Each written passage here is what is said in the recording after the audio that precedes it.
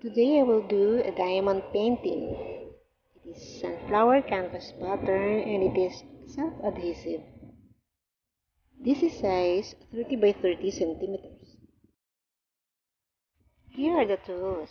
We have tray, drill pen with different tips, and of course, we need box. There's drill table with numbers and symbols to serve as a guide. Here are the beads that I'm going to use. There are 18 colors of beads in total. I have a storage organizer. I will transfer the beads here. Here they are. I'm so excited. Let's do this.